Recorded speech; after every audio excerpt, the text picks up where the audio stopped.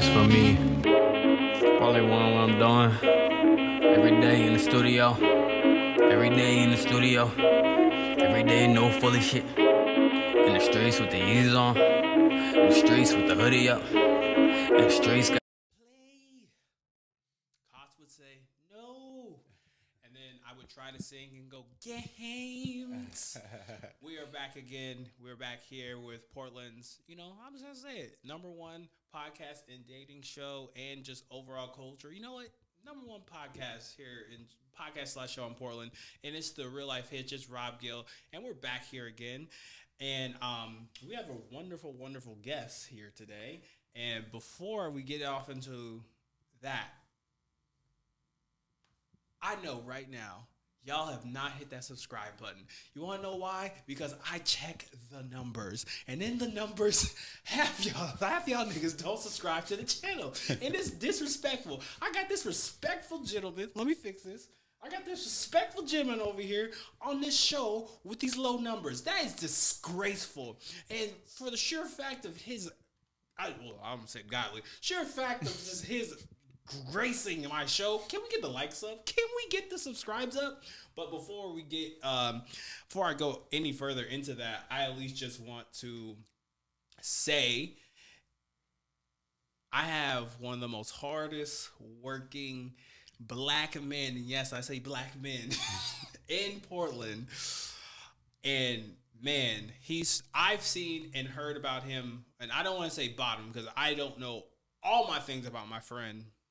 But, I've seen him work really hard to get all the things he obtained. And from someone who's been silently watching, I'm just really happy for where he's at and where he's going to continually grow and keep going. And I got fucking Ralen Jones on the show today.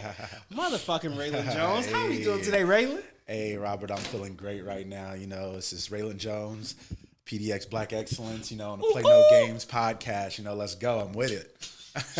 And as always, we don't really play any games, and what I want to do for us is I just want to what are the things one thing actually Kosh asked a very good question, because obviously we know you do PDX Black Excellence and all the other stuff. Costa asked a very good question. What else do you do? And he asked me that question, and I was like, well, he does a whole lot of different things, events. And I just want to at least start with, because I want to have our show and our interview be a little different. I just want to start with what else is Ralen Jones, because everyone sees the front part. That's what you're showing. Mm-hmm. But I know you're way more than that. Yeah. So I feel like first and foremost, I have to say that I'm an excellent freestyler. I don't know why. I just feel the need to. That's what I want to know. Yeah. No. I'm a music connoisseur. If you really want to know some insights about myself, currently I do run and lead PDX Black Excellence, and that's my only consideration in terms of a workflow. So that takes up a lot of my time. But outside of that, I'm a regular person at the end of the day. I go out, I hang out with friends, I drink a little bit, and I dips and dabbles, but more than anything, I guess my passion and everything that drives me more so outside of our community and doing things for us is travel, man. I'm a traveler. I'm an avid traveler. Just got back from LA, just got back from Costa Rica a few weeks ago. Just planning some trips to New York and Vegas next month, and hopefully Germany by the end of this year. So 24 countries traveled at this point. That's my love. That's my passion. So that's nutshell. And sometimes I go to the gym. I just started boxing recently. My boy Brett Brown, so try to keep my physical intact. So you got them hands. Hey, look, man, don't talk about it. We just be about it. We don't speak it out there. We just, So the moral story is, he wants to bring the community together by any means necessary with his words and with his hands, right? Yeah, I do it to. He's like, I can give you any. See, I thought we was gonna go down this love route. So when I was ready to make that introduction about boxing, to make sure I could get my physical to match my mental, so I could make sure I could, engage everybody from every perspective, and I'll just say this as a professional: sometimes hands are necessary. Sometimes people need to That's the only way you connect with your fists. You know, we've seen some animes where sometimes that's how people understand you. Well, I'll keep it a 100 buck, and you know, I'm anti-violent in nature. I grew up in the Bay Area, emerging from Oakland, California, and I've seen just like some real violent occurrences stem from little to nothing. And so, with that being the case, I try to preach, not turning the other cheek. You know, I'm definitely more, Malcolm X than MLK at the end of it. But thank you. But I'm also like a self-defense, only pushed or provoked when pushed back into a corner type scenario. And that's what I mean, because like, one, I also know we're just joking here and things like that. I definitely know you're not like some type of like brawler type of person, but I agree with you. I feel like I'm half and half MLK, half and half Malcolm X, because like, some of the stuff that, and I hate that, I even have to bring this up or even go there, but it's kind of like, I was watching this, like, I just watched a little black boy get shot because his bike was in his neighbor's yard. And don't get me wrong, I'm the first person to be like, no violence, no none of that and everything like that. But if I was that kid's dad, oh my gosh, I would see, I'm like, people know like I'm loud, but like when I get calm and I like chuckle, I would go over to his house. I'm like, I'm going to jail. Oh yeah. I'm going to jail. Most definitely. I sent that to my friends in the group chat. We have a very real group chat, right? I might be articulate and eloquent in times, but very real at the same time. I told them straight up, I'm like, hey man, you got the 10,000 bond, that's okay. We can go hand and handle this the other way. You don't even got to go back to jail, because I'll probably end up in jail after the end of this, like this is crazy. So I see that a lot in this country, but I know exactly what you're talking about. And I'm right there with you, Robert. And I can at least, once, I'm always a big proponent if, I may be speaking collectively, but always correct me if I'm wrong. You're never wrong, Robert. What do you mean? Hey, I am wrong. I am wrong. I'm just one to like admit it. It's just kind of like, see, this is when you active listen. I forgot my rebuttal because I was really intentionally listening to you. Mm-hmm. I guess more of the story, maybe I'll remember what I was going to originally say, but like, just like at the end of the day, it's just like, I'm a proponent of non-violence things. But there are some times where I just know certain people just learn from experience. Where like, sometimes you gotta get slapped up in the back of your head. Where like, I remember sometimes my mom would be like, no, don't do that. And then she was like, all right. And then I put my hand on the burner. And then guess what? I got burned. She's like, right. All right, stupid. Right, stupid. I told you. Right. And it's just kind of like, but that, even though it's a very proponent thing in our, society and culture talk about, not one of the reasons why I brought you here. One of the reasons why I brought you in here is because we changed up the show. And I think this is the most perfect time to have you on because our job here is obviously, we talk about relationships, things like that, but I want people to get to know who you are a little bit better. And when I mean just who you are is, like I was saying, when people look at you, they see Ralen accomplished. They see Ralen all these different things, but a lot of people don't know what it took for you to even get there.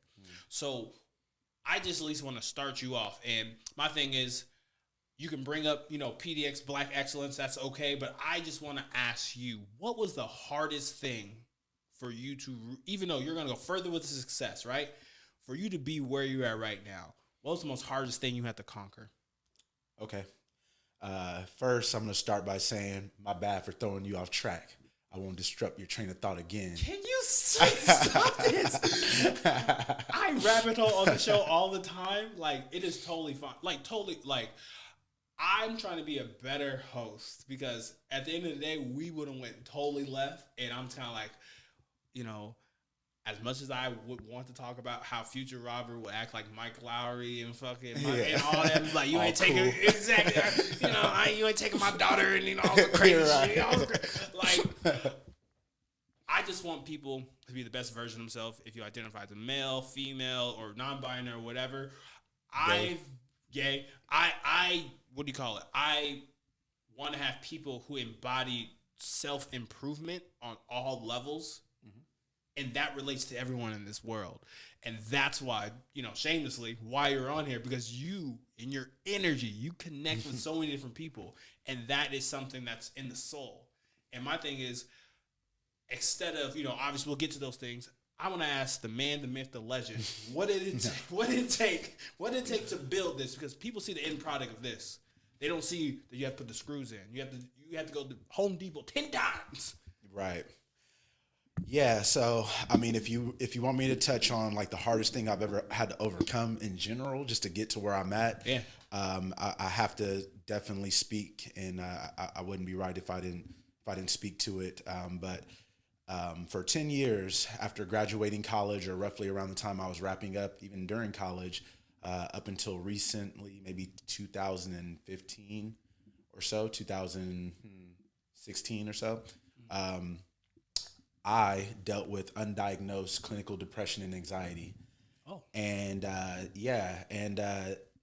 during that time span, with just like not knowing and coming from a culture where, expressing vulnerability, expressing weakness, expressing like things that others might not be able to relate to, wasn't, and it was a different time. So it wasn't so easy to either, one, know what I was dealing with, or two, get the necessary help that I needed. So more often than not, I just felt that it was something that I could overcome, or maybe it was circumstantial or situational. And then finally, after getting to a point where it's like, if I don't get the necessary help that I need, I don't know how much further I can literally go. Like, I don't have any quit in me, but it was just like I was deteriorating at a rate that wasn't me like. I've always been able to rise to occasions and accomplish things. And I was getting to a point where that wasn't happening for me. I couldn't overcome some of these things that I was dealing with. And so finally getting that help, and getting to the point where I could, one, speak freely and openly about it. And now I'm even an advocate for it. So I don't mind sharing my stories, because I know there's a lot of people like myself that also, have that same situation or background. And they need to hear this coming from somebody that can look at and say, well, this person has it all together. Like, can't be anything wrong with them. In reality, we're all usually dealing with somebody, but for me especially, it's clinical. So it's not situational. It's not environmental. It's a chemical imbalance. So, I had to get the proper help, get the proper resources, speak to my doctors, get myself on track to be able to attend to that and approach that responsibly and helpful way. I feel honored that you feel comfortable to talk about that on, my show, and, whomever is listening and things like that. And at this moment, by all means, I know you said you're comfortable, but I do this for everyone. If there's ever a point or a product or a question I ask, you're like, I don't want to answer that, feel comfortable and strength within that, and I'm going to move on. But the question that I want to ask, because I hear the strength, I hear the resilience, and I see the work. I feel that energy. What was that very first step for you? Because a lot of people hear that, right? They hear the end product. What was that one step where you're like, you know what? Today's the day. I'm starting. I'm going to seek the help. Yeah, well, just so you know, I'm open. I'm an open story at this point. You don't got to worry about me. We too nice. Hey, don't worry about me. Look, I do my thing. Like, I got no fears, no ridicule, none of that. Like, I got no pride or ego. So any question out there, I'm going to answer it. You spit your fire, I'm going to spit it right back at you. So it's all good. Okay. Yeah, man, nothing's off limits off the table for me. All right, I said it twice and it won't be said again. Thank you, brother. I haven't really spoken to this, out loud to the masses. I do speak on an individual basis, and I'm willing to. And so this is a question that I haven't spoken to exactly before. But I say the first step really, really I was doing, everybody, their online doctor. I'm like, WebMD, what's wrong with me? Trying to figure it out. Boom, boom, I don't know. Maybe this, maybe that, maybe this. Yeah. And the first step, it was just a day, and it was just kind of like, actually I started, let me backtrack. I started working for a nonprofit that dealt with mental health clients. Yeah. And I think getting more comfortable in that role and getting more exposure to the behind the scenes of what that might look like, and just feeling like, hey, let me make this doctor's appointment to figure out what's going on with myself. And I think prior to that, which is important to me now, but prior to that, I was so self-sufficient. I always felt that I could just overcome things on my own. And then I just got to the point, and I really didn't go to the doctor much, like for anything. Like even, unless I was severely injured or I necessarily had to go to the doctor, I just like, yo, man, I'll just figure it out or I'll get through it. Like, man, I was playing football in college and my chin got split. And I was like, whatever, I'll just go to practice. Never went to go get it stitched up. Still got a gash on my chin. Like, just like whatever, man, I'll thug it out, right? Okay. Rub some dirt and water on it. So thug. yeah. Okay. Yeah, so that's just who I was by nature. So I wasn't big on just going to the hospital, just other than when my mom made appointments for me. But from the point on where I was taking care of myself as a man, 18, I was at the house. It was just kind of like, I do things on my own, and unfortunately, scheduling doctor's appointments wasn't really one of them that I was really good at that time. I didn't take it as seriously as I should have. But one day, I just came to the conclusion that I need to talk to somebody about this, and I just scheduled an appointment. I've been thinking about it for a while. I've been, looking through all the stuff, and in reality, I was like, whatever's going on with me, I'm not going to be able to overcome it on my own. From the research that I had done, and so I made the appointment. Spoke to the professionals. I got the proper understanding, not just what I thought was going on, not just what I assumed was going on, but in actuality what was going on. And that allowed me to take the necessary steps to really make the adjustments that I needed to overcome. I won't say overcome because it's always with you. It's within me, but now I don't have to deal with it at the same level that I once had to when I was undiagnosed and untreated. Wow. One, thank you so much for sharing that. Because on my back end, just hearing that, because I usually work with people, either they're so far gone where that point is missed, or like, because I had the luxury to, be a behavioral health consultant where I was in the medical field working, and then being able to get clients straight from doctor's appointments. You'd be like, all right, come see and talk to me, or people who are clinically or diagnosed or self-diagnosed themselves to figure that point out.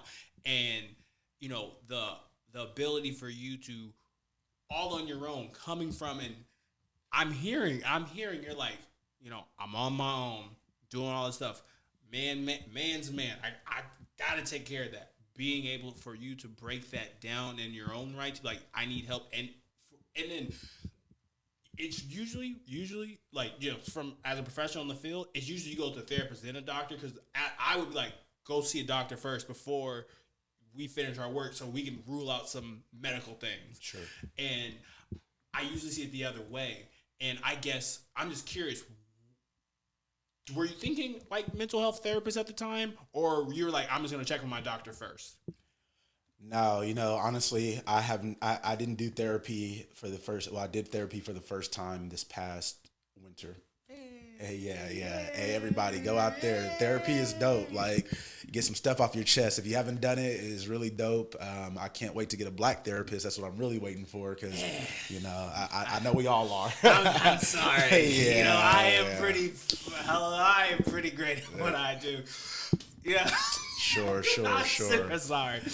But, again, because by nature, I think, I don't know, it's in my personality. I've always been somebody that just, I'm independent. I've always been independent. I always felt like I can get it done. I never relied. I won't say I never relied, but, in terms of my accomplishments, in terms of what I had to rise to the occasion for, mostly it was internally. I did that on my own. I didn't need any extra motivation or stimulation. I had that genetically in me, So from a young age, like, I've always been able to do those things. And so when I got to the point and I was like, what is going on? Literally, I took up Buddhism to get my mental state together. I'm like, I study world religions. I'm like, maybe if I change my way of life and approach some meditation and things of that nature.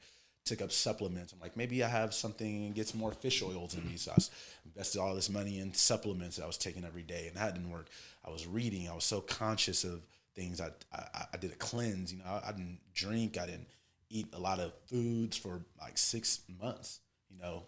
And I lost a lot of weight. I was in spectacular shape, and my physical health, was really good. I'm very disciplined when I need to be. Like, bro. Yeah.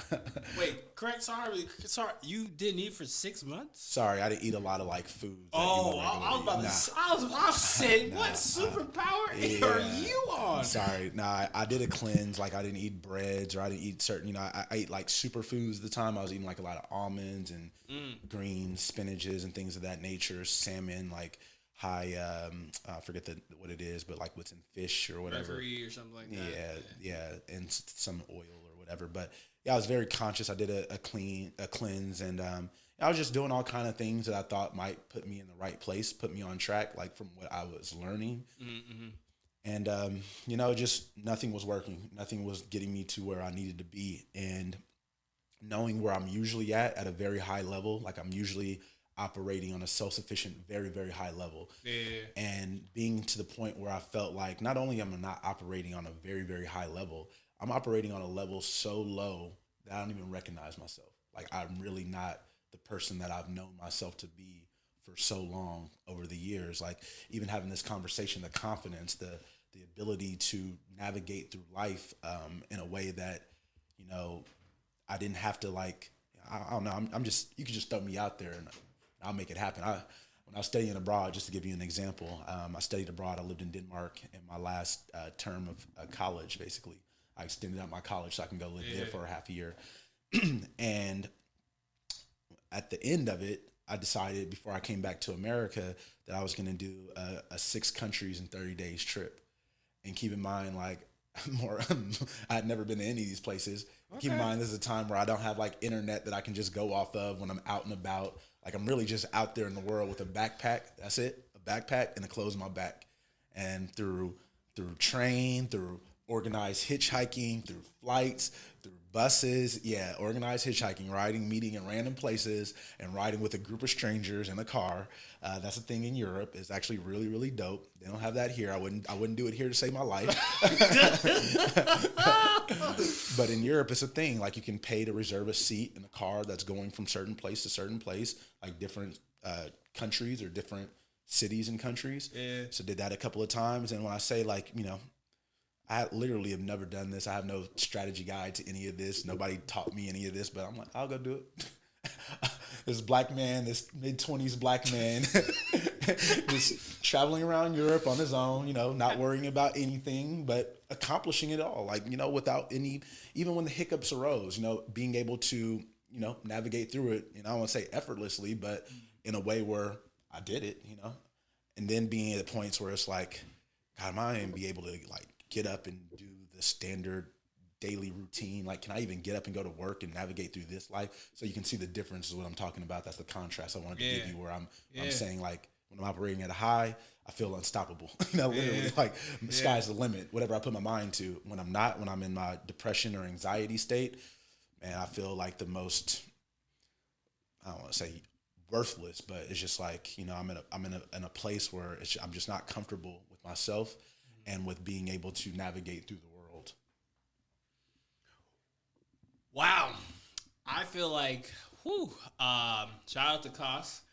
This was all, part of like, him knowing our vision of like where we're going. And this is like a formulation of my question and his question, like fused into one. And I've been knowing this guy for like a while, and like all of this, I'm like, wow, like this is like chapter 3 or 4 of your like autobiography. And I'm like, because I'm halfway through Barack's book, and I'm kind of like, weird contrast for me, because like when you were talking, it was reminded me of like when he traveled back to mainland when I mean mainland, back to the States and things like that, and on his way to like meeting Michelle and things like that.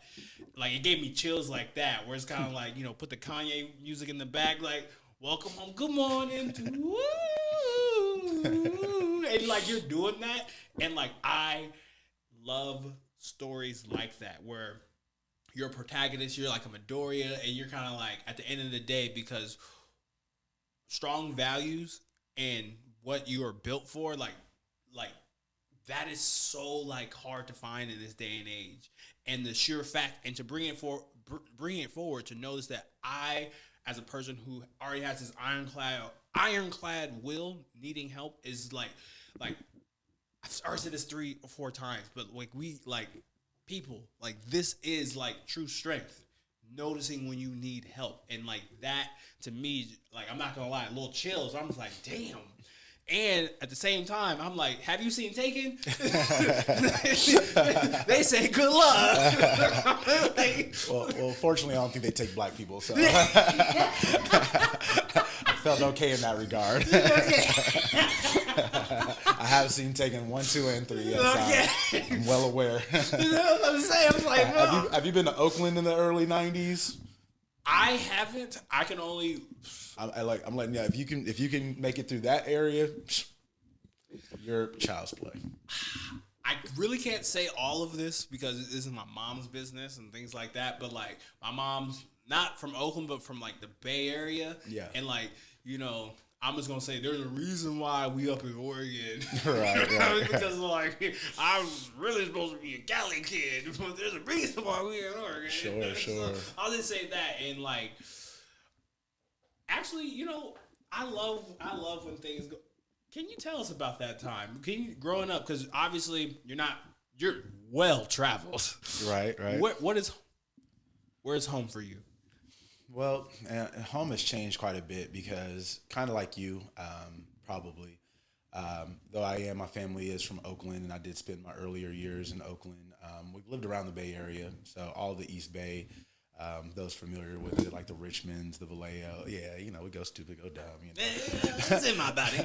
And I grew up on Mac Dre in Vallejo. Actually, we lived in Vallejo for my middle school years, and you know, I remember moving out there before Mac Dre was big, before the hyphy movement started, and being introduced to Mac Dre, and I was like, whoa, wait, what?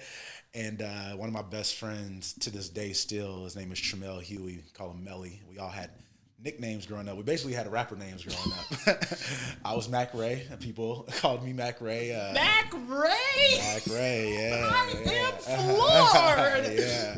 Mac Ray, like I said, I've been freestyling for a long time, so I've gotten pretty good. I remember going to the 6th grade, the dances, back at the dance, freestyling with some of the homies at that time. We was just getting into it, but like now my mind spins at a rapid rate. My vocabulary game is exquisite. So it's like, can we get a freestyle? You know, I don't know if I should be put on the spot. You know, it's hot, but I still drop whatever you want, Rob. I got. You know, I don't know, but you know, if I did go on and on, like I really do gets with it.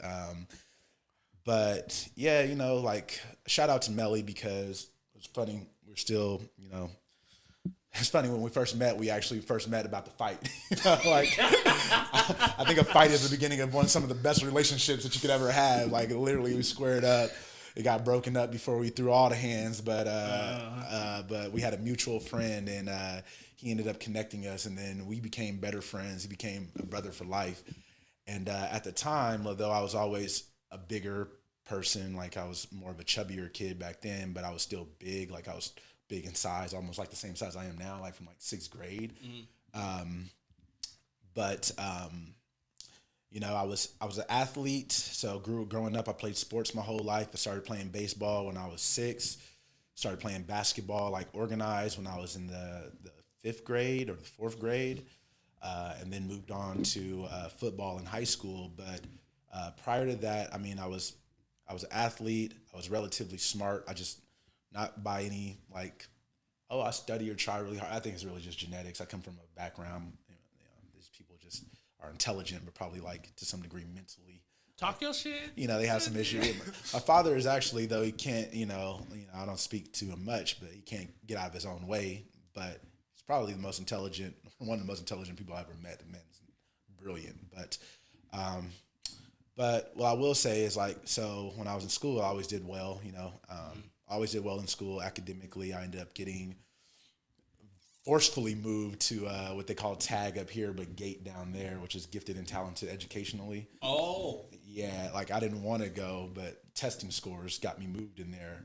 And I didn't want to leave my friends because, you know, all my friends were, you know, and then I literally tried to get my father to make sure. My mom was like, oh, you know, to go. Not me not understanding the opportunity. My mom's like, no, you got to go. I'm literally sitting in the principal office fighting to not go to these classes, like, because you have to change your entire classes. You're not with the rest of like the population that you would normally have classes with. Yeah. And I was like, nah, this ain't for me, you know.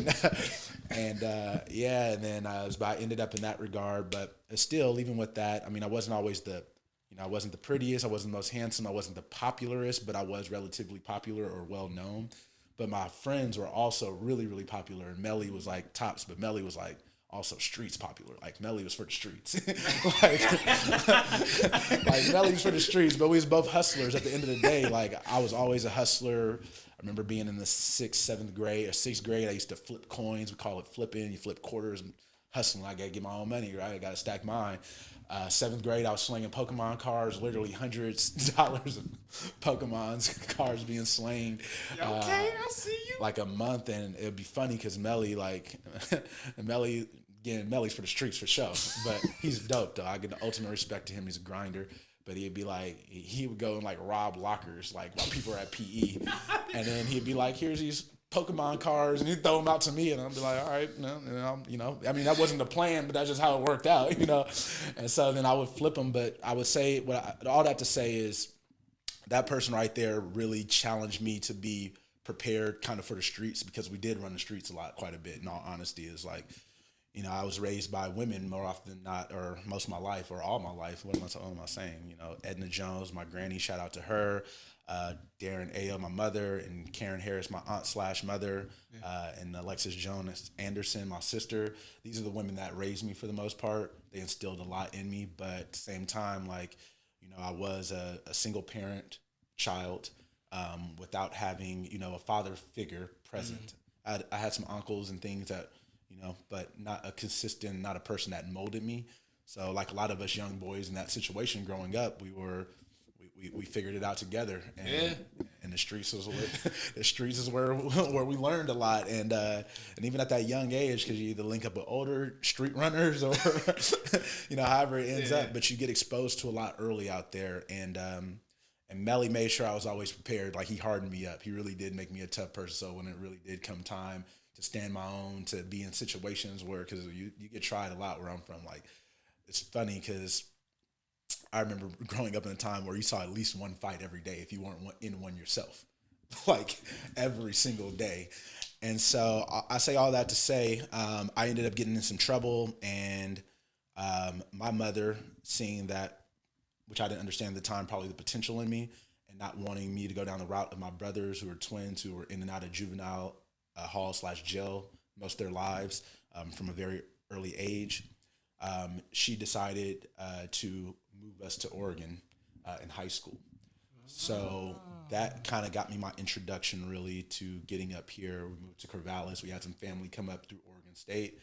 And that really probably did change and save my life, because in reality, I mean, where I came from, only 10% of like black men graduate high school. Like, Melly, though he's dope and has created his own record label, he's paid his own, does not have a high school diploma. You know what I mean? And so, and if you didn't graduate high school, you either ended up doing drugs, selling drugs, getting involved in the system some way or another. It's very like, you really got to make it out of there, right? You got a lot of sports save a lot of people's lives, but it's still a crapshoot to see if you will make it out. So at the time I was, oh my God, I remember just like, no, I'm in high school, all my friends, all the girls, I'm ready for this next evolution of me. You about to take me away from all this to go to Oregon. And, but yeah, it really did save my life in reality. Looking back on it, I moved to Corvallis, huge culture shock, going from a place that was predominantly black and Hispanic to one of 9 black students in my high school. Oh, yeah, they know who you are. Right. You live on Blueberry Lane. They know exactly. They know all that. Right. But Corvallis is dope. Shout out to Corvallis. So that's a home for me as well. I give Corvallis a home. I give the Bay Area a home. Even though Oakland's been gentrified now and a lot of my family has pretty much moved out of Oakland, I take pride in being from that place and being from the Bay Area. Like, it's a different place. I don't compare anywhere else in the country or the world to it, and what it's instilled in me, what it made me, I really do value and appreciate so much. So I speak to that to say I kind of been a lot all over the place, even like in moving. I lived after college, after Corvallis, I was like, I'm getting the hell up out of here. Like, fuck that. You see all this damn rain and these clouds? I'm from Sunshine State. What the fuck is this? You know what I mean? Yeah. And immediately I was like, as soon as I get the opportunity to go, I'm out. So I went to go live in Arizona for a couple of years in college, then San Diego. Did some time, not prison, just like I was about to. not prison, just some time. So I lived in LA, or I spent some time in LA, spent some time in Vegas living. Ultimately, I ended up coming back to Oregon to finish up school. I stopped at U of O for a bit, but then I graduated from Oregon State, so I went to Corvallis for 3 years. Then I was off to Denmark, then back to the Bay Area to try to figure it out. Way too damn expensive. Bay Area, though I loved it at one point. I mean, I always have love for the Bay Area. I'll never live there again. It's not in the cards for me. That was a different lifetime ago. And now, Portland's been my home for going on 6 years in October. And so it's kind of like, there's accumulation of homes. I think it just kind of depends on the chapter. I think I have my origins home.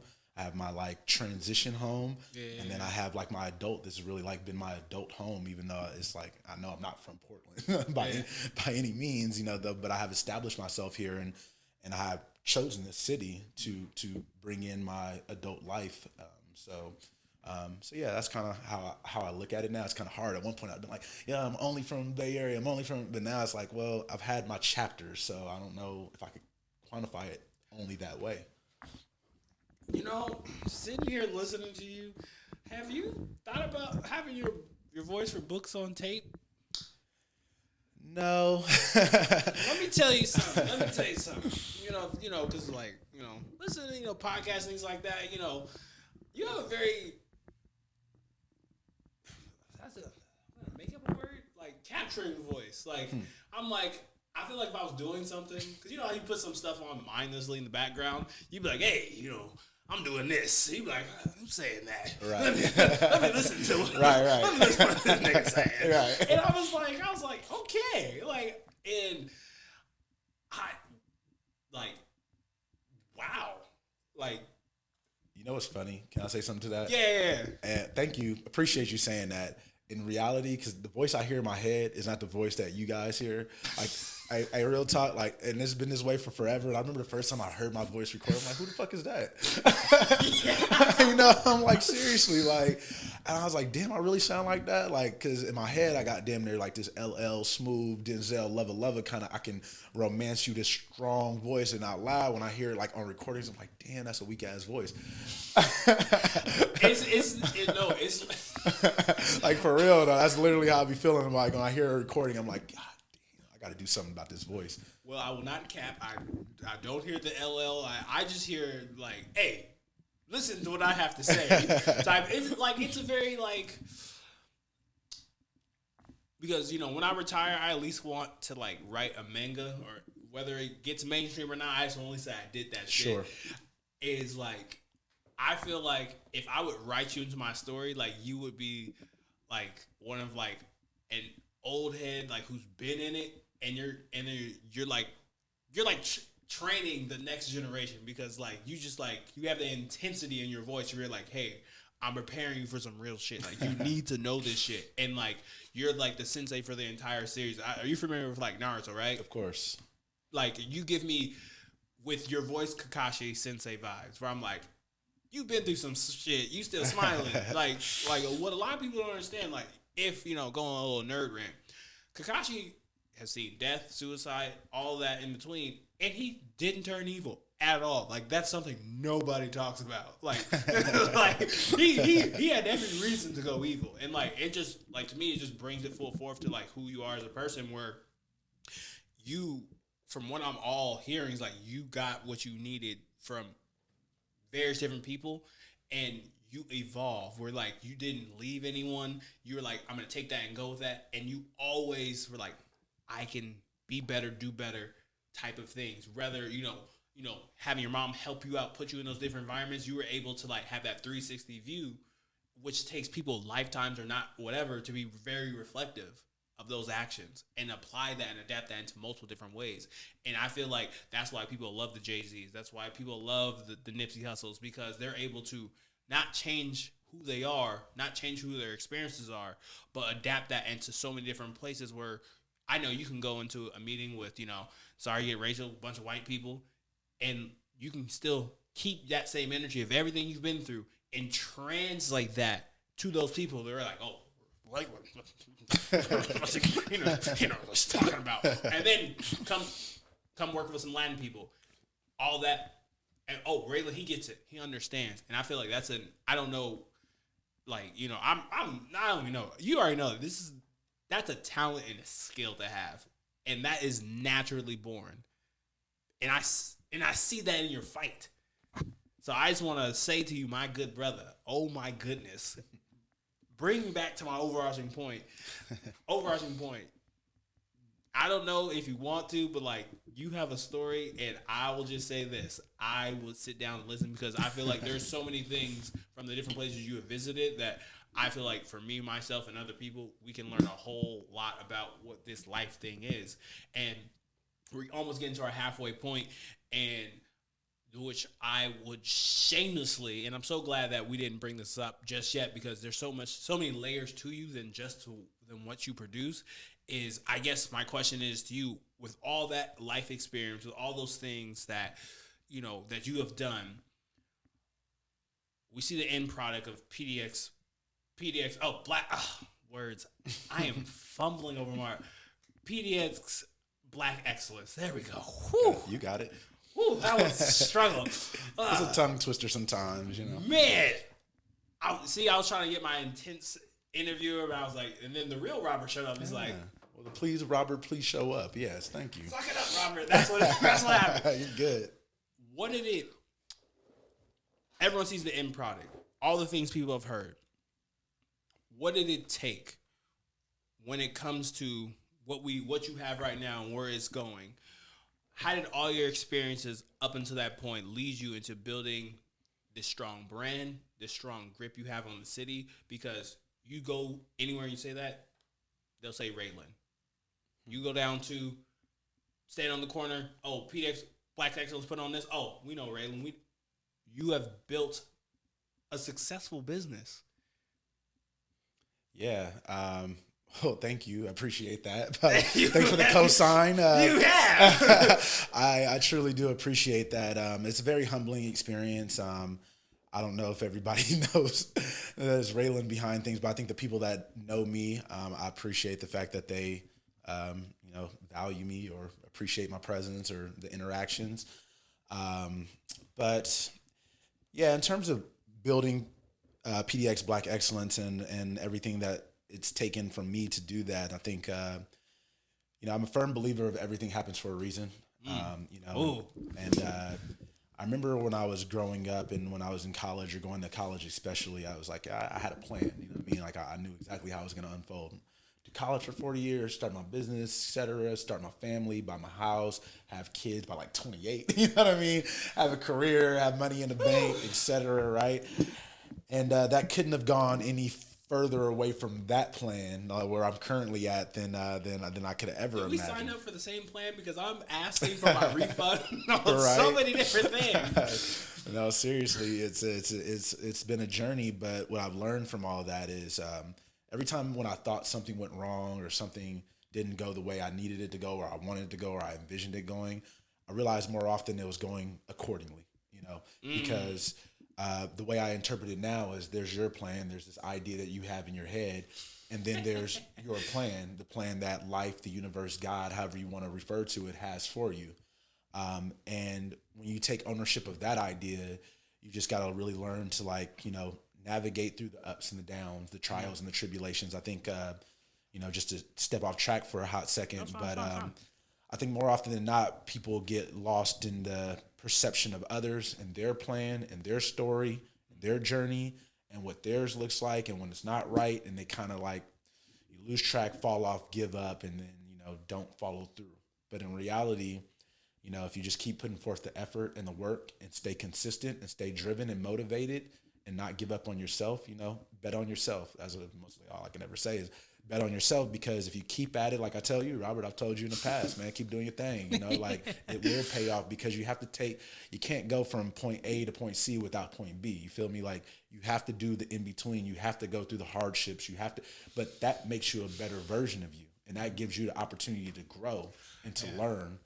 And for me, like I even spoke to the depression. I needed that depression, anxiety, that stretch, at the time, the hardest shit I ever dealt with in my entire life, But in reflection on it, it added so much to me, so much depth, so much humbleness. You know, like not that I was ever an egocentric or cocky individual to begin with, but now my humility level is at, you know, like I don't look at anybody and put myself anywhere in comparison, above, below, etc. Right? I look at every individual in the same regards that, you know, we all got something.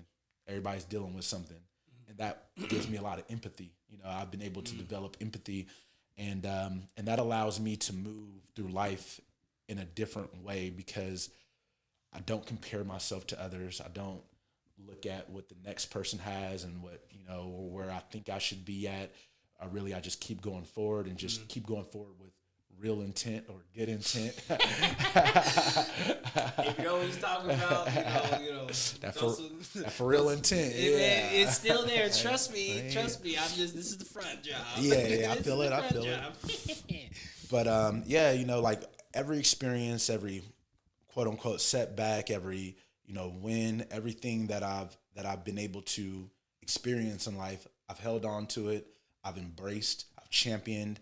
I've allowed myself to grow from it. I've learned from it, you know, and all of that to say is that, you know, at this point I'm 34 years old.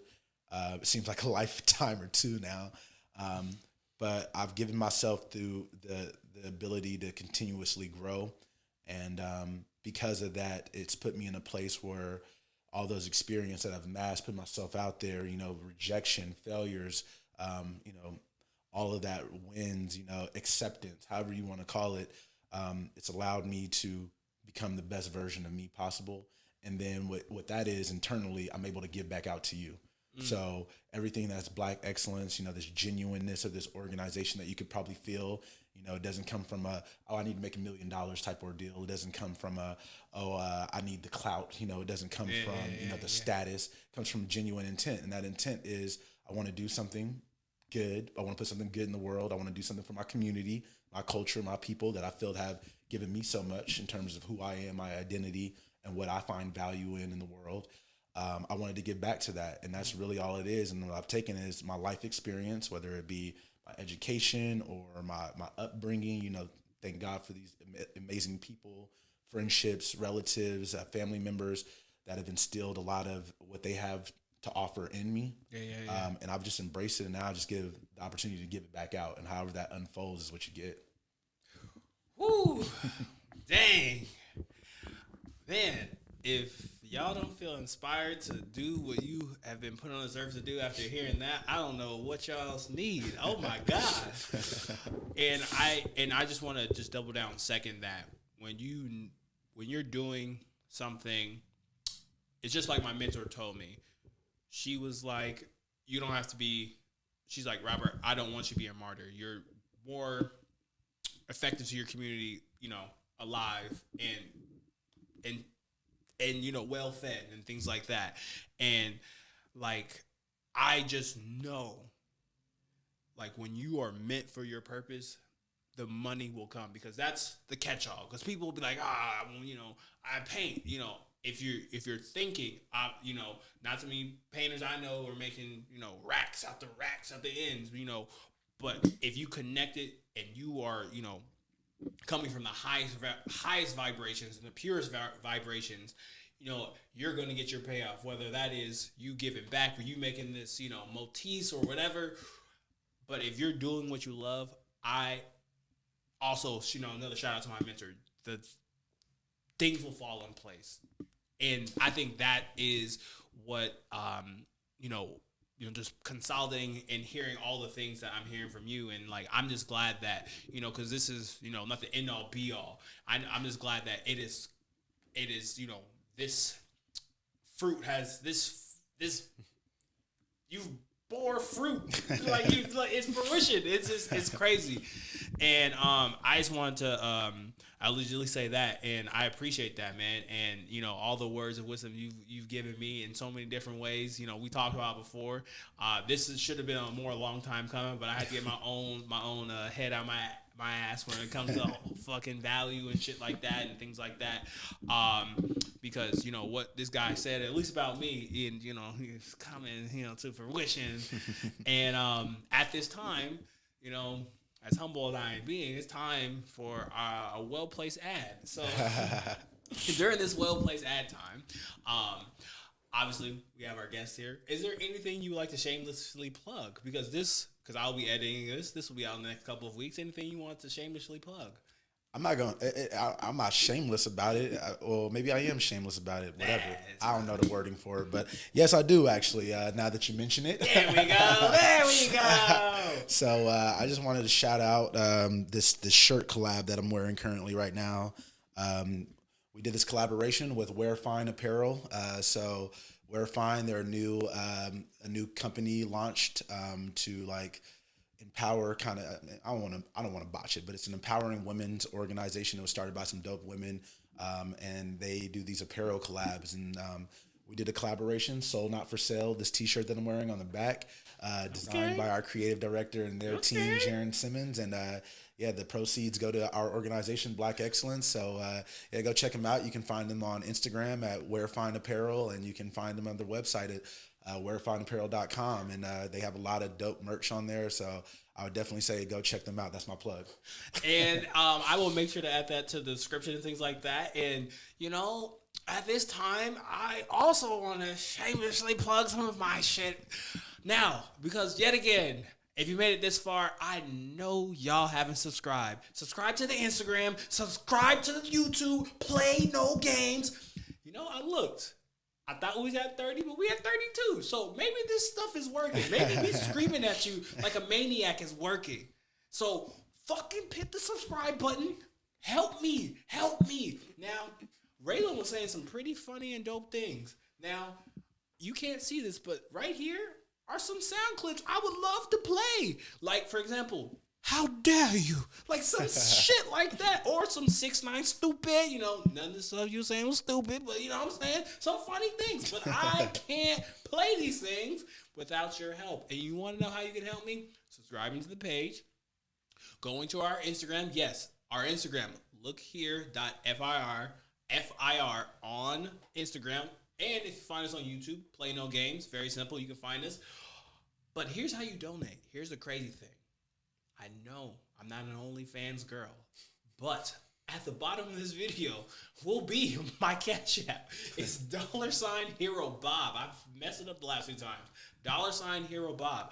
I promise you, if you donate anything, I promise you, when we get these headphones and we have Ralen back and we put these headphones on and he says something hilarious, we're going to be able to hear these things, because it's no fun if we can't hear them, but you can hear them on the back end. So just hit up my Cash App, $herobob. I'm doing a pose, Ralen was talking about, he was a little chunky. I was a little chunky back in the day. All my fat moved to my arm, okay? That's all it is. So at this hour, please do those things. Ralen stuff, my stuff will be in subscription in the bottom. So please donate. Help this brother. Help me. Help me. But as we move into our next phase of our show, we have about 10, 15 more minutes, and I'm going to let you go. You were speaking such good shit. I was like, we can talk about relationships in a moment. And I was like, F that. I was like, I'm going to sacrifice that for this, because what you spitting. So, and our next half hour segment is when we just talk about overall relationship things, popular culture, things like that. And when you return, if there's any other things or topics you want to talk about, we'll probably talk about that first and then jump in with this a little bit more sooner. So next time we won't have so much, and we'll just get into the more of the things people want to hear. Sure. So at this point, I'm going to ask you some questions. Go for it. And answer them to the best of your abilities. And then after a time, I'm going to give you the ability, if you want to ask me some questions, because I'm the real life Hitch. Let me tell you, I've been through a lot of shit. Yep. If there was a Sad Boys t-shirt, I would wear it. I don't know why I haven't turned to the dark side. Maybe this is my superpower from the Lord. So if you have any questions, please kick it my way and we'll have this conversation. But I at least want to start off with this question. So, Mr. Ralen, when people say love, what does love mean to you? Love is beautiful. There's that chemical compound of love I'm starting to learn about, these endorphins and there's a few different components that come together that really make up the consideration of love. But I guess I have to understand there's love. Like for me, you know, I love people. Like I love you, Robert. Yeah, I mean, reality. Love you too, man. Yeah, Love you too. you know, I love my friends. I love my family. But if you're talking about like being in love, is that what we're talking about? I left it open-ended for a reason. I gotcha. So yeah, I think there's just genuine love, like love and appreciation for a person or a thing. You know, I don't have children, but I recently got a cat. I love my cat. Okay. I got a lot of love for my cat, and but in terms of on a relationship level, I think you can love someone but not be in love with someone, and I think that's a difference. So yeah, you know. When I think about being in love, if we're going down that route, I want to give you all the hot takes you can. Give me the hot take. I want to give you everything you want to hear today. You know, when it comes to being in love, I've been in love 2 times in my life, in reality, and potentially a third. It could have been a third. We didn't have enough time to let that develop, but the consideration was probably there. Being in love feels like magical shit. I don't even know how to explain it. It just feels Harry like Potter? Yeah, you know what I mean? Like it really feels like a connection with a person that I guess just exceeds like limitations or expectations in any capacity. It feels like it feels like there's an attraction that is like inside of you that is unbreakable.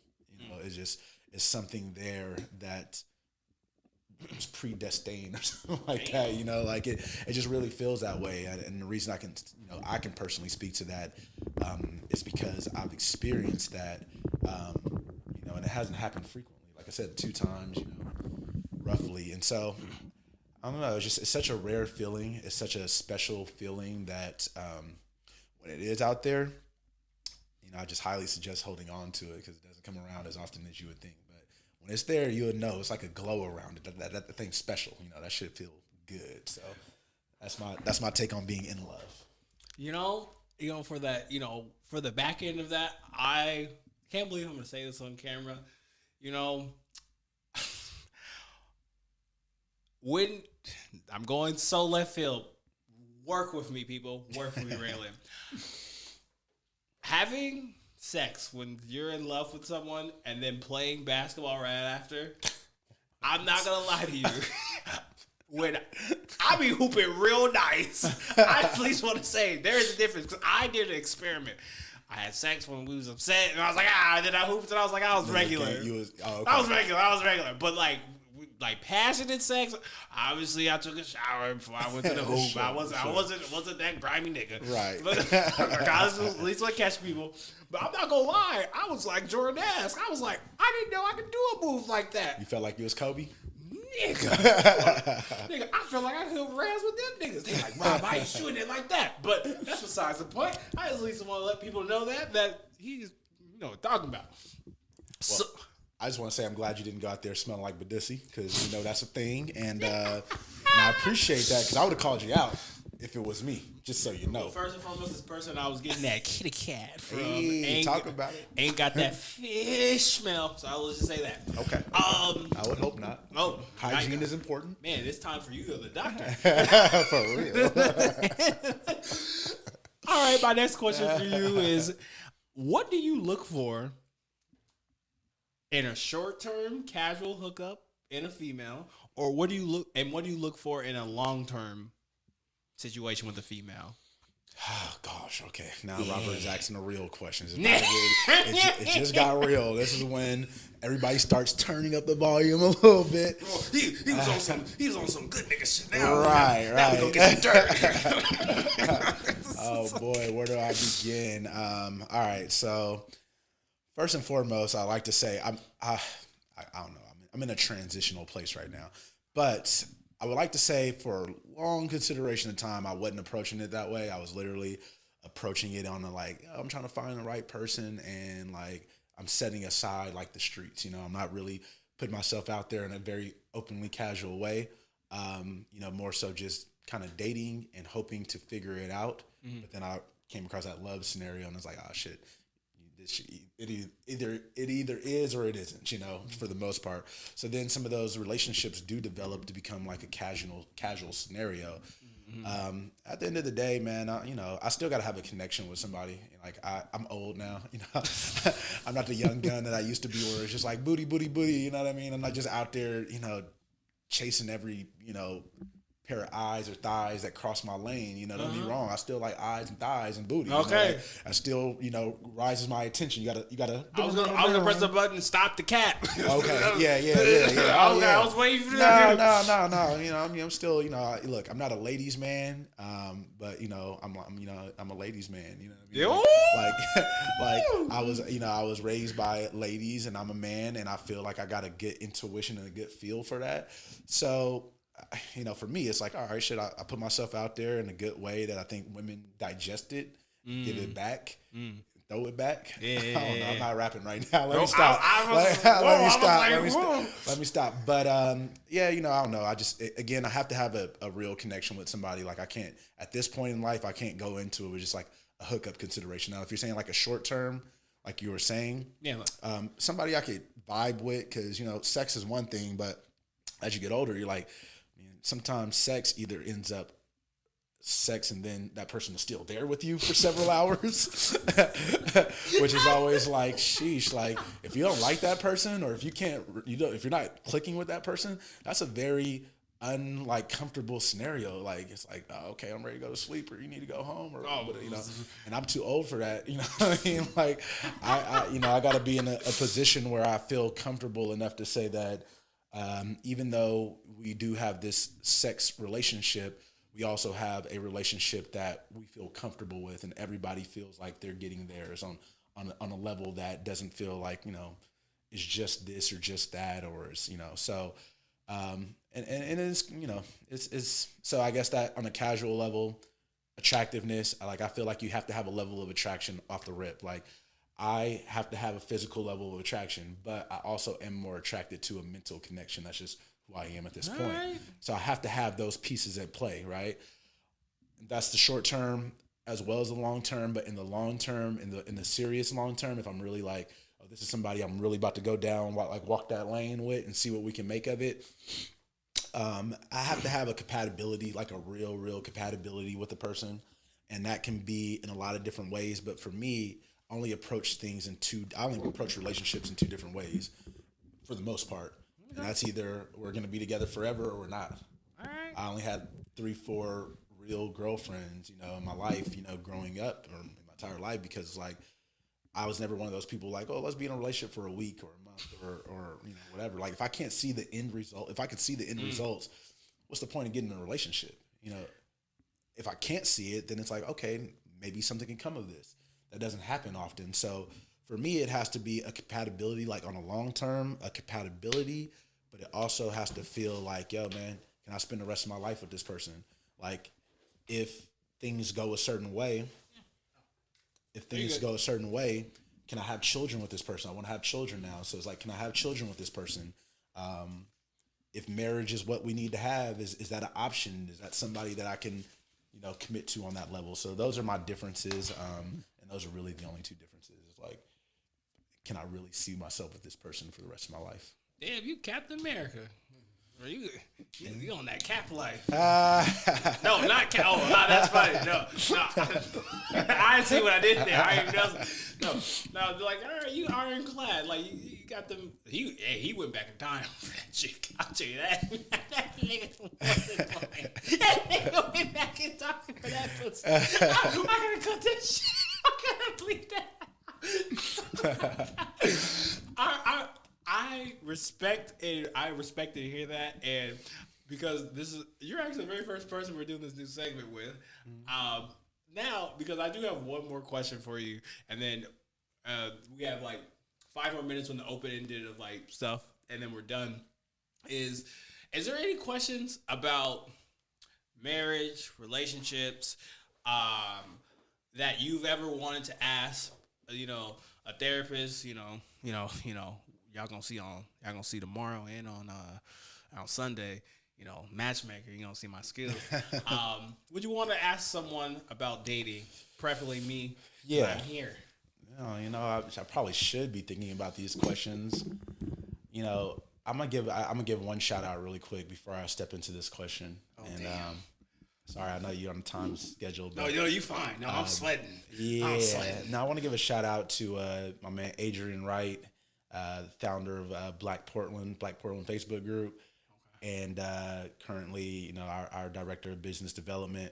But Adrian, he started this clubhouse and this Black Portland Live. But in particular, in this clubhouse, he had this series recently, and it was Dating Black in Portland, or Black Dating in Portland. Yeah. The first one was from the women's perspective, super, super dope, very insightful. Second one was from the men's perspective. And then the last one of the 3-part series was interracial dating. And I was only able to catch the first one, the women's perspective. And in that call, I learned so much that, I really just wasn't aware of. And I just wasn't quite aware how, the minds of women, like you think you really think you got a good idea. You think you know how you're portraying yourself. You think you're living up to a certain expectation and light. And then the bomb drops or the shoe drops. And it's like, damn, nigga, you really ain't shit.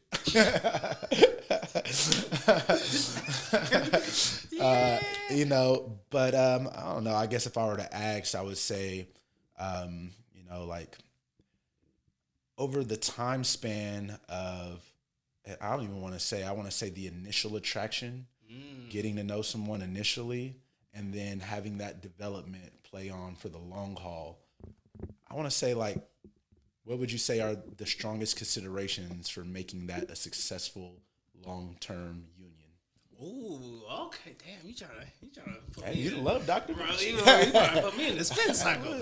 I would say when it comes to that, and this is what, when I reopen up the website and things like that, one of the big things I'm going to have for people is context. Context matters because everyone has all these dating things where, like, if you do these 5 things, she'll love you. Maybe. Or if you do these 5 things, he'll listen to you. Maybe, because at the end of the day, you can put your best foot forward. You can do everything right.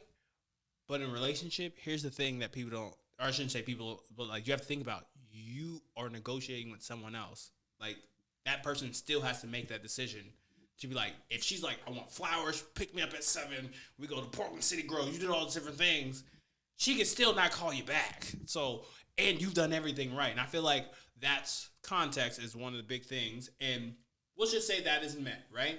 The next thing I would tell people to work on, and and let me know if I'm, answering your question correctly, is how to gauge that, to take that to the next level. Is I always say, if I'm working with my fellas, give it 2 months. It takes 21 days to break a habit. 21, we'll just say, I don't know which month, we'll say it's almost like 40 days, right? You're going to get an opportunity to see how that person is because everyone's on their best behaviors on the very first 2 days. Yes, I wake up early, I eat a bagel right. with some eggs. I read the newspaper. I read the newspaper, and let me tell you how hard that is to keep that up. Right. And my thing is, the reason why I say that is, you in that 2 month span, you get an opportunity to see someone's flaws. Now, I don't say this is a bad thing, but you should want to know, as well as in the Cloud 9 phase, you should want to know your person's weakness. Not like in a bad way to exploit it, but to know, like, he be doing that or she be doing that because, I'm just going to say this now. We don't have that much time.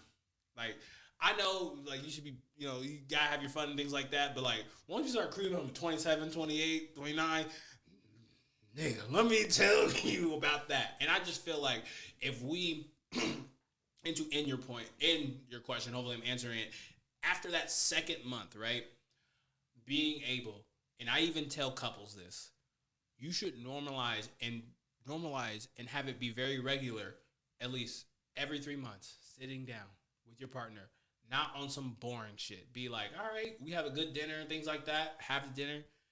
During dessert, how are things going for you? Is everything looking like it's supposed to? Because on my end, the reason why I brought it up is because I see us going this way. And then they have an opportunity. You are giving them an opportunity for you to say, is this going the same way you are? Now, please don't be the person, because I feel like me and Ralen, the person, be like, well, what if they say something different? Or like, you're doing everything right. You gave that person an opportunity to speak their truth. And I feel like even in the dating process, you have to be like that, but context matters. You have to be very suave with that. Where you like, you know, shawty, you know what I'm saying? You know, the Blazer game was nice. You know, I'm feeling a little different, and like, I don't know what it looks like with you in a couple months, but I want to be. That's my little game. I just want to be where you're at, and that's how I'm feeling. And no other shorty is comparing to that right now, so I'm trying to do something about it. She gonna be like, you know what I'm saying? She gonna be like, all right, he all about me, and you're putting your intentions forward, and hopefully that answers your question. Yeah, no, I mean, I just, you know, that's always the hardest part to navigate. I think you know, people feel a certain way in the beginning, but the beginning and the end, there's a big gap in between that. You know? And Timberland size. Yeah, you know what I mean? And, you got to fill that out, you know, and like if you don't fill that out, you know, in a successful way, it's either going to go it could go very bad or it could go very good, you know, one of the two. So for me, it's just always like, you know, you can have that good, you can have good, but how do you maintain good, you know, through the long haul? So yeah. I appreciate the response. You know, hey man, you know the love doctor, Mr. Hitchcock over here. Yeah, you know what I'm saying. I gotta let you know give these people the sound bites. Gotta give them that. I feel it. And you know, I guess one of my last questions. Well, we probably won't have enough time for the open ended or anything like that. But like, a couple of things I just want to shoot at you is when it comes to turnoffs. I just want to kick this question to you, and then we're gonna get to this last open-ended thing, and we're done. What is an immediate turnoff for you? An immediate turnoff, I think, are, you know, in the early stages. Yep, early stages. It was an immediate turnoff. You go to not Century, but oh man, I forgot what this bar is called. Capital. You walk into Capital, and you see a chick. What's an immediate turnoff? Man, so I do not like. Well, I'm gonna say one thing. I can't do smoking. Like, I can't do it. Smoke, just bad breath. You know, you can't kiss somebody who smoke. That thing is nasty. And it's just a terrible habit. But you know, I think that there's some people that crave a lot of attention, and they go out of their way to get attention.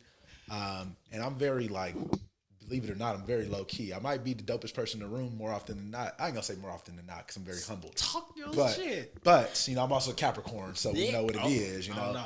But you know, like, there's people that seek and crave attention, and then there's also people that are like, I don't know, like they have a level of ego where they feel like they're above. Sometimes if I see that, it's like, if I can't keep it on the humble, I don't care what level we think we're at. If I can't just be like this with you, next, you know what I mean? Like, I ain't with it. So if you're too into yourself, if you're egocentric, if you kind of loud or attention craving, and I would say lastly, I can't stand liars. Like, people that, like, you ain't got to lie to kick it. You know what I mean? Like, let's keep it a buck. Aww. Let's keep it a whole buck. You know what I mean? Like, and let's move forward amicably. Sorry, I just always butcher that word. But you know what I was trying to say. Yeah. So, anyways, those are, I would say that's it. You know, and I love how things just manifest in themselves. We'll end on this note. Attention. Because eventually someone's going to come for me, which is fine, and I feel like I'll be able to handle it. I don't want to make it such a gendered thing, because I know I was like, what do you know, that and female, but like, what is your take on attention now in our current dating market? Because you briefly spoke about this, attention. How do you see attention affecting our relationships? Yeah, you know, I think more often than not, when I look at it, it's the social media era that we live in, right? Like, immediate gratification, tension, like, let me showcase everything I'm doing. All eyes on me. This is who I am. This is what I'm doing. In reality, it's just like, yo, man, just be dope, you know, and that'll shine through on its own.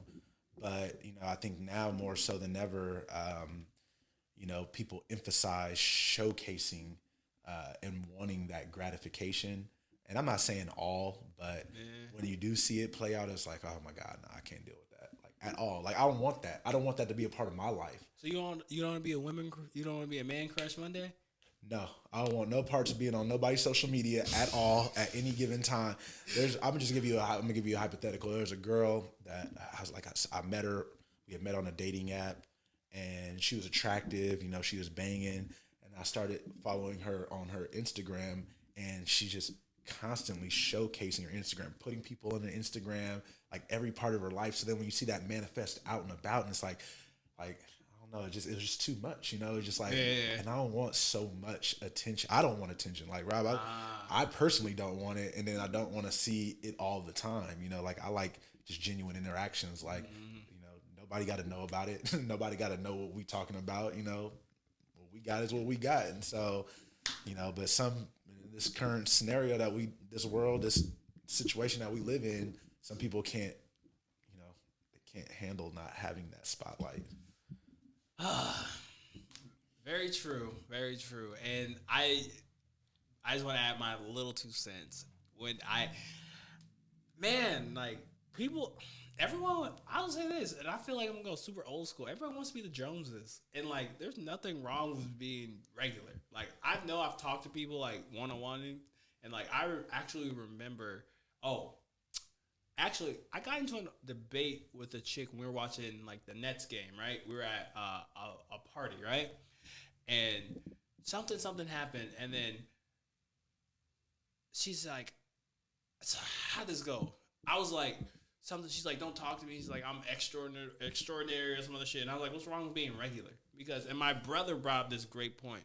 Everybody, like, we celebrate like black excellence all the time. We're kings and queens. And then in a jest, he was like, some of us are like, "What's wrong with being a regular, you know, person? Like, can I just be regular?" Like, right. And I was kind of like, but like, I like his like play on that, where it's kind of like, I vibe with certain versions of what you're saying, and it's just kind of like, I agree with you. And I feel like if you don't know how to use social media, because I feel like you can tell the difference between like, this person is clearly locked into like this, like, they're like, "You think you a movie star?" Right. Hey, you think Portland waiting for you to drop your story. Right. But with all that being said, I just want to say thank you from the bottom of my heart for blessing my podcast.